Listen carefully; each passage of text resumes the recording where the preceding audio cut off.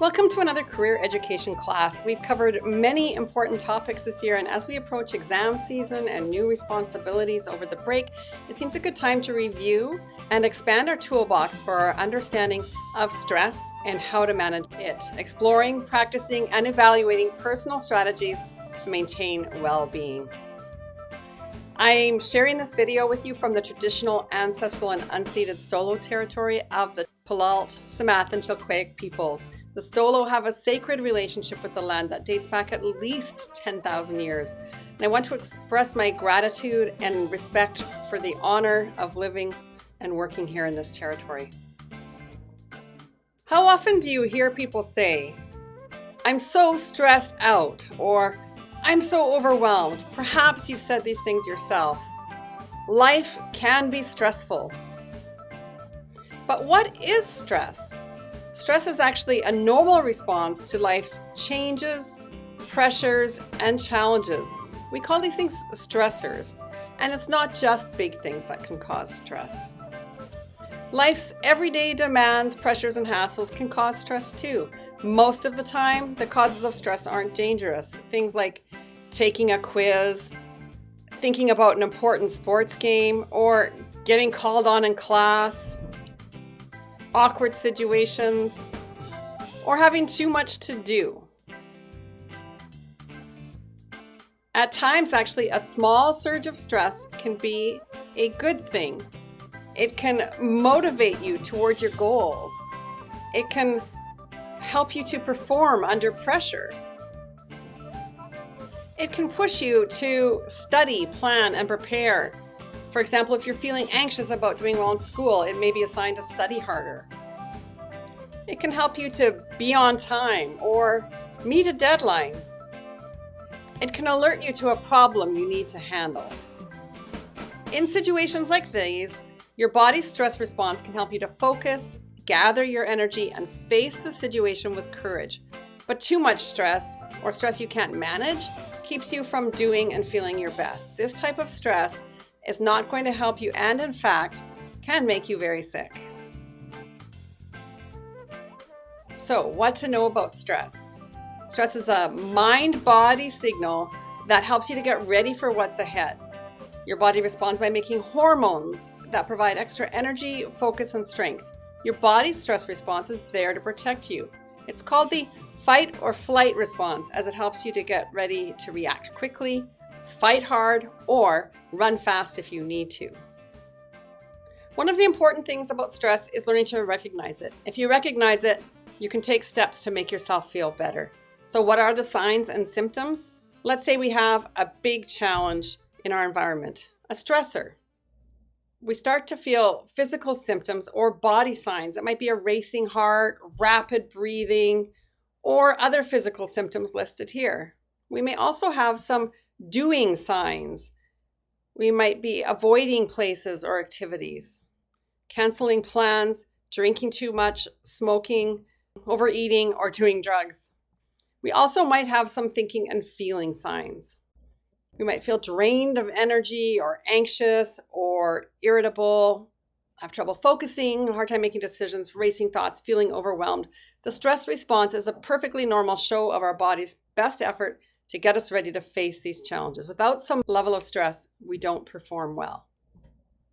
Important information: if a person has symptoms that are intense, long-lasting, like more than 2 weeks, and they're negatively impacting their daily routine and activities, these are warning signs that shouldn't be ignored. It could indicate a mental health disorder or a bigger problem for which a different kind of help beyond stress management may be needed. So it's a good time to reach out to a counselor, psychologist, medical professional, elder, or other trusted adult. 1 in 5 people are experiencing a mental disorder at any given time, and this mental health is as important as physical health. So we are going to dive into Mrs. Poro's top 10 stress relief tips and strategies. Let's get started. Number 1, use self-talk to check your thinking. If we avoid situations that cause stress, it might make us feel better in the short term, but when we encounter the challenge again in the future, it can actually make the stress response even worse. So on the other hand, If you think through what's causing your stress response in the first place and what strategies you can use, the stress response can actually be reduced and we can adapt and learn new skills to use next time. So let's see how to check our thinking.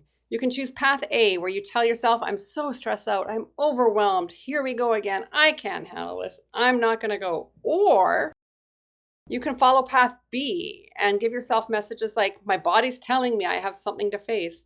This could be tough, but I'll find a way to get through it. My body's helping me to get ready for this. My brain is ramping up to get me through. I'm going to build some new skills. Although path B may not come as naturally, the more you practice this approach, the easier it will become. Number 2, keep self in mind. The letters in self stand for sleep, exercise, leisure time, and food. Without enough sleep, you're more likely to feel stressed over the day's ups and downs. Most teens need about 8 to 10 hours of sleep each night. And the right amount of sleep is important for anyone who wants to do well on a test or play their best in sports or reach personal records when they're working out. There are many tips online about how to improve your sleep routines. The E in self stands for exercise daily. Exercise does more than keep you fit. It's a way to manage stress, lower anxiety and depression, and make your mood more positive. Leisure. Be sure to make time for leisure, meaning doing things that you enjoy, like playing with your pet, listening to music, or spending time with friends. Even if it's only a few minutes, daily time to relax and recharge lowers your stress. The F stands for food. What you eat affects your mood, energy, and stress level. You want to choose foods that are good for you. If sweets and junk food are your main source of fuel, you're likely to crash or feel cranky and stressed. Perhaps you'd like to try searching for some healthy snack or lunch recipes to help your body and mind.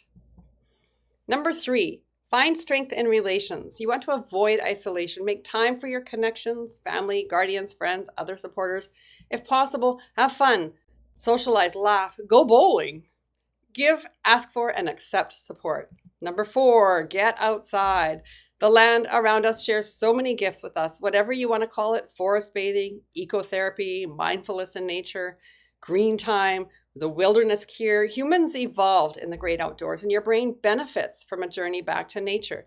Indigenous peoples have always valued the land and used the land to heal. Connecting to a place in nature can help to facilitate reflection and healing. In fact, as posted on the Harvard Medical School's website and based on a 2019 study, spending just 20 minutes connecting with nature can actually help physically lower stress hormone levels. Okay, relaxation techniques. There are many of these. We're just going to look at a few. You can try and see what works for you. The first one we're going to look at is box breathing, and it's a quick and sure way to turn off your body's stress response. It's actually used by the Navy SEALs. And I know that Coach Luke from our football team has used it when they need to settle down and focus in order to optimize their performance. Basically, you're going to spend 4 seconds breathing in through your nose, 4 seconds holding your breath, 4 seconds breathing out through your nose, and 4 seconds holding that. So let's take a look at the box breathing technique, and you can actually try it right now here in class.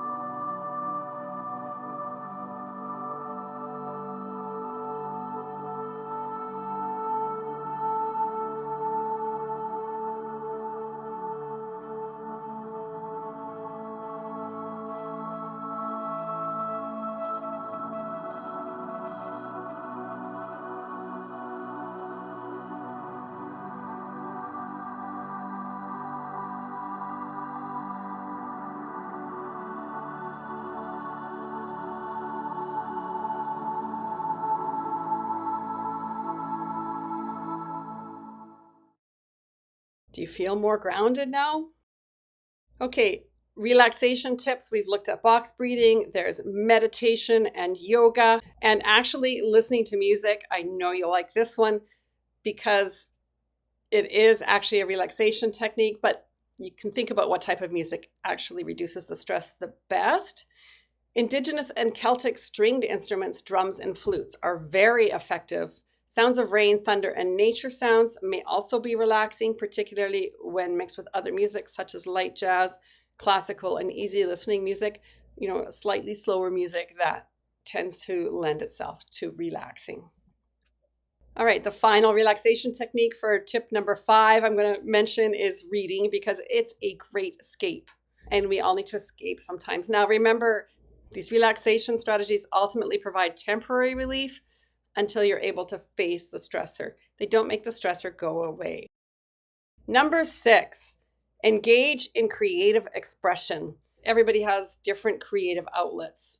You can see a list of them: art, music, dance, theater, photography, journaling, making, any kind of making. When creating art, for example, stress levels are seen to drop exponentially. Drumming, creating music, numerous studies have shown that these can reduce your stress, lower blood pressure, and actually enhance your immunity.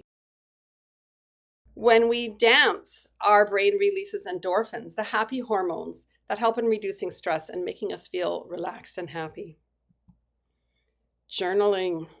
Yes, journaling that you do in class is actually helping to build a life skill. And there's a ton of research that shows the relaxation and stress reducing impacts of journaling. Tip number 7, expressing gratitude.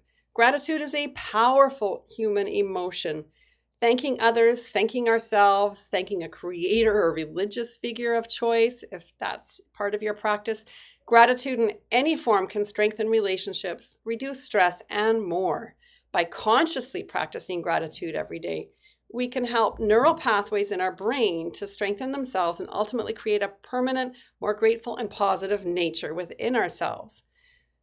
Sometimes it might feel like you don't have things to be grateful for, but taking that minute to think about small things even that you can be grateful for really can impact your mood for the day. There are some people that practice gratitude as soon as they get out of bed. For each foot that they put on the floor, first thing in the morning, they say thank you for something. Practice cultural traditions. Now, this isn't one that people are automatically going to think of, but whether you're doing henna art, using a sweat lodge to cleanse the body, mind, and spirit while removing toxins from your body, painting Ukrainian Easter eggs, or learning to make pasta with your Italian nonna. Learning from elders and practicing cultural traditions applies to everyone. Volunteering, you've learned about this in other lessons. It can take many forms, and it can support your well-being, reduce your stress, and your loneliness if that's a problem for you. It can be formal, where you're part of an organization that does a lot of volunteering, such as Key Club or Environmental Club or many other organizations.